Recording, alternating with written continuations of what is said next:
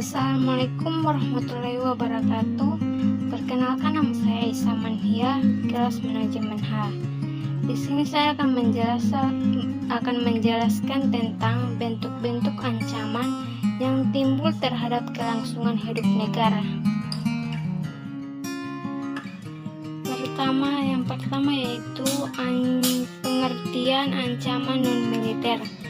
Ancaman adalah setiap usaha dan kegiatan, baik dari dalam negeri maupun luar negeri, yang dinilai membahayakan kedaulatan negara, keutuhan wilayah negara, dan keselamatan segenap bangsa. Ancaman non-militer atau non-militer memiliki karakteristik yang berbeda dengan ancaman militer, yaitu tidak bersifat fisik serta bentuknya tidak terlihat seperti ancaman militer. Karena ancaman ini berdimensi ideologi, politik, ekonomi, sosial, budaya, teknologi, informasi, serta keselamatan umum. Ancaman berdimensi ideologi. Sistem politik internasional mengalami perubahan sejak Uni Soviet runtuh, sehingga paham komunis tidak populer lagi. Namun potensi ancaman berbasis ideologi masih tetap diperhitungkan. Ancaman berbasis ideologi dapat pula dalam bentuk presentasi nilai-nilai kebebasan atau liberalisme, sehingga dapat memicu proses disintegrasi bangsa. Selanjutnya yaitu ancaman berdimensi politik. Politik merupakan instrumen utama untuk menggerakkan perang.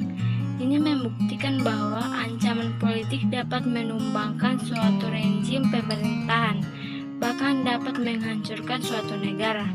Masyarakat internasional mengintervensi suatu negara melalui politik, seperti hak asasi manusia atau HAM, demokratisasi, penanganan lingkungan hidup, dan penyelenggaraan pemerintahan yang bersih dan akuntabel. Ancaman berdimensi ekonomi. Ekonomi merupakan salah satu penentu posisi tawar setiap negara dalam pergaulan internasional. Kondisi ekonomi sangat menentukan dalam pertahanan negara. Ancaman berdimensi ekonomi terbagi menjadi internal dan eksternal. Ancaman dari internal dapat berupa inflasi, pengangguran, infrastruktur yang tidak memadai, dan sistem ekonomi yang tidak jelas. Ancaman dari eksternal dapat berbentuk kinerja ekonomi yang buruk, daya saing rendah, ketidaksiapan menghadapi globalisasi, dan tingkat ketergantungan terhadap pihak asing. Ancaman berdimensi sosial budaya. Ancaman sosial budaya berupa isu-isu kemiskinan, kebodohan, keterbelakangan, dan ketidakadilan yang menjadi dasar timbulnya konflik vertikal antara pemerintah pusat dan pemerintah daerah, dan konflik horizontal yaitu suku, agama, ras, dan antar golongan atau sara. Selanjutnya yaitu ancaman berdimensi teknologi dan informasi. Kemajuan pengetahuan dan teknologi sangat pesat dan membawa manfaat yang besar bagi masyarakat, tapi kejahatan mengikuti perkembangan tersebut seperti kejahatan siber dan kejahatan perbankan. Yang terakhir yaitu ancaman berdimensi keselamatan umum. Ancaman bagi keselamatan umum dapat terjadi karena bencana alam, misalnya gempa bumi, meletusnya gunung, dan tsunami. Ancaman karena manusia, misalnya penggunaan obat-obatan dan bahan kimia, pembuangan limbah industri, kebakaran, kecelakaan transportasi. Yang kedua yaitu ancaman terhadap keamanan dan keselamatan bangsa dan negara. Wujud ancaman di bidang pertahanan dan keadaan pada umumnya berupa ancaman militer. Ancaman militer adalah ancaman yang menggunakan kekuatan bersenjata dan terorganisasi yang dinilai mampu membahayakan kedaulatan negara, keutuhan wilayah, dan keselamatan segenap bangsa. Ancaman di bidang keselamatan bangsa dan negara dapat berupa agresi militer, pelanggaran kedaulatan wilayah, terorisme, pemberontakan bersenjata, dan spionase. Negara-negara tetangga juga kerap melanggar wilayah perairan. Ketiga yaitu strategi untuk menghadapi ancaman di bidang ideologi. 1. Pemberantasan gerakan separatis.